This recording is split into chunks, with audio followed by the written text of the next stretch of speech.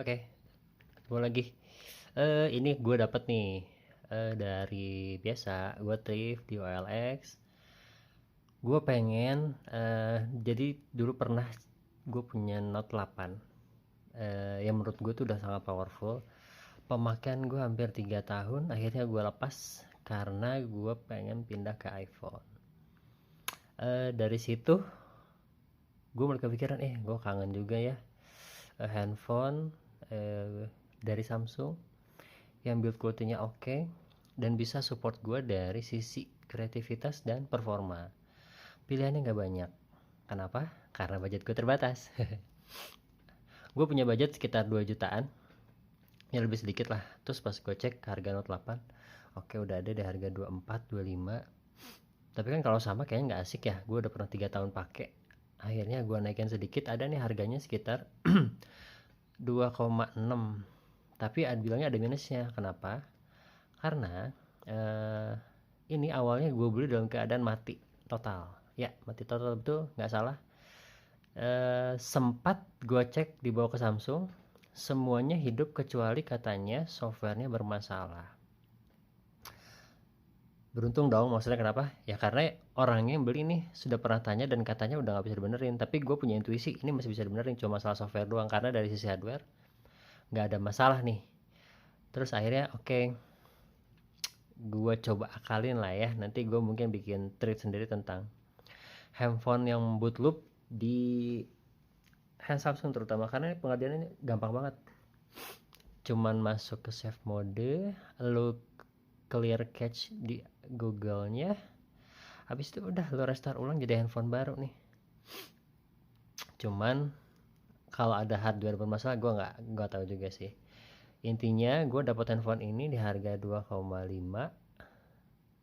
dengan kondisi yang sangat-sangat mulus banget. Gue berani bilang ini 99% mulus. Tuh. Galaxy Samsung Note 9. Ini kalau nggak salah pertama keluarnya itu sekitar tahun akhir 2018. Ada dua di Indonesia ini. Dia kebagian biasanya Exynos nih. Dulu zamannya sebelum Snapdragon tuh ada Samsung punya prosesor sendiri namanya Exynos. Nah, kebagian yang Exynos 98 10 nanometer di Indonesia doang ya. Kalau di luar negeri tuh dia bisa pakai Snapdragon 845. Itu tuh setara kayak S9 Plus. Nanti deh gue bandingin. Tapi ini karena ini pakai Exynos, ini udah pasti saya punya ya, dan bisa lu cek juga biasanya langsung ke Samsungnya, tercatat ini emailnya segala macamnya.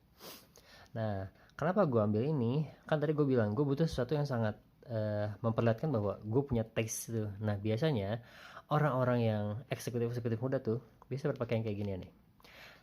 Bedanya sama S9 Plus apa sih? Prosesornya sama, cuman dari daya komputasi dia tuh menang. Kenapa?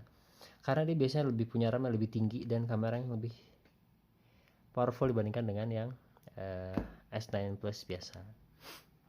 Dan jangan lupa spesialnya seri Note adalah nih. Nah,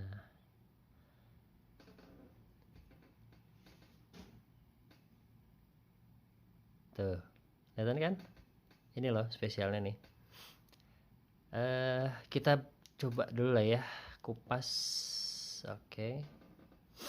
Dari sisi build quality nih, ini terbuatnya dari kaca dari rangka sampai rangkanya besi aluminium, belakangnya kaca, dan depannya nih Super AMOLED curve. Oke, artinya apa nih? Bagian kiri kanannya tuh luber, tumpah-tumpah gitu loh. Ditanya enak nggak makainya? Enak. Banyak orang yang skeptis bahwa nanti licin segala macam. Iya sih, beberapa mungkin iya, tapi kalau misalnya udah biasa enggak kok, biasa aja cara pakainya. Nah terus spesialnya apa? Di sini tuh punya layar yang sangat tajam, saudara-saudara. Dia tuh ada sampai kualitas QHD, bukan FHD plus lagi ya, tapi QHD. Yang kalau misalkan kita lihat tuh, aduh ini tinggi banget sih. Density-nya aja PPI-nya sampai dengan 516 pixel per inch. Gorilla Glass 5 sudah pasti nih, dan ini tuh ada HDR10, dijamin kalau misalkan nonton film ya Ini tuh mulus banget sih. Nah terus dia udah support apa aja sih sebenarnya di tahun ini, dia bisa apa aja, pasti pertanyaan kayak gitu kan ya. Buat gue disclaimer dari awal, ini HP sangat worth it. Dari awal pun gue udah langsung punya, wah gila. Nggak salah memang serinya flagship dari Samsung ini memang gila-gilaan sih. Gue sampai kaget sendiri kalau misalkan walaupun dia nggak dapat UI yang terbaru, dia ini mentok di Android 10, sekarang 12, ini mentok 10, UI-nya juga 2.5, tapi gue sih yakin nggak ada performa lag gitu, nggak ada lah, jauh banget. Handphone middle zaman itu aja udah kerasanya masih tetap enak zaman sekarang, apalagi flagship di zamannya kayak gini. Lihat dari tadi gue iseng terus scroll bawah atas, gue pengen tahu ini sebenarnya sampai mana nih, dan ternyata halus banget cuy, halus banget. Lihat kalau dari kameranya sendiri nih, 1 2 ya, 8 megapiksel, bukan aperture 1,7, dan ultra wide nya ini aduh keren banget, ditambah 2 megapiksel. Tapi ini nih bedanya handphone mahal sama bagus adalah fitur yang lu punya ini bukan gimmick semata, tapi dia benar-benar berfungsi. Nanti kita coba sesi tes fotonya sama sekali ya. Kita bandingin sama mungkin sama S9 atau misalkan HP murah sekalian, biar tahu nih kalau misalkan 2 megapiksel di sini tuh beneran, bukan cuma gimmick doang. Nah terus kalau misalkan di depan ini juga cuma 2 megapiksel lah, cukup sih ini kalau buat kebutuhan buat video call sampai sekarang mah. Bakal lebih bagus dibandingkan sama laptop lu deh pokoknya. Oke mantap kan nih. Dari speaker juga nih, dia udah mendukung stereo ya, nih 1 2, jadi dijamin nih kalau misalkan lo pegang handphonenya kayak begini, ini tuh enak banget, suaranya bakal tetap menggelegar tanpa ngerasa lo ketutup. Nah kecuali misalkan di sini nih, ini ada kemungkinan ketutup gini nih, tapi kalau misalkan di sini, gue sih termasuk yang kalau pegang handphone begini ya, apalagi kalau misalkan kayak gini, ini udah pasti enak dipakainya nih. Terus dari segi konektivitas, dia juga masih 4G memang. Zaman dulu kan memang belum ada 5G ya, tapi 4G-nya dia juga masih tetap yang terbaik di zamannya. Dari sisi apapun, kalau lu cari fitur apapun, mungkin kecuali remote AC lah, itu ada di sini semua. Gak ada kurang-kurangnya sama sekali. Dari cara proteksinya juga ada iris scanner. Dari sini, oh iya nih, ada iris scanner, dia ngebaca bola mata lu tuh, bukan muka doang, bola mata sekalian biar lebih susah. Ini fingerprintnya, jadi udah jelas nih, nggak cuman asal foto. Kan ada tuh yang beberapa handphone Cina tuh yang kalau misalkan cuman face recognition, bohong itu mah, cuman buat foto muka doang habis itu udah kebuka. Nah ini tuh lebih detail lagi, sampai ke mata-mata lu juga harus bisa dibaca sama ini nih. Terus spesialnya dari handphone flagship Samsung biasanya tuh ada sistem DeX. Kalau yang belum tahu, DeX itu adalah ketika lu punya colokan ini ketemu sama colokan HDMI di TV, lu bisa jadiin TV itu jadi komputer, setara komputer. PC-nya ini, kebayang nggak? Lu punya PC segede gini dan lu bisa ngapa-ngapain aja di situ tanpa harus ngurangin fitur di sini ya. Gimana, keren. Ini juga udah USB Type-C dan masih nih, gua termasuk tim audio jack. Kenapa? Karena gue merasa ini sangat powerful dibandingin sama TWS walaupun mungkin udah bagus, tapi gue masih merasa audio jack ini masih better sampai sekarang, nggak tahu kenapa. Nah, cuman zaman itu juga ada sih, nggak sempurna semuanya nih. Zaman ini tuh ada namanya Bixby, kelihatan nggak? Spesial tombol di antara volume ini ada namanya Bixby. Ini sih semacam Google sebenarnya nih, tapi menurut gue agak bego ya. Kurang lah, maksudnya dibandingin sama Google Voice gitu, aduh kurang banget lah.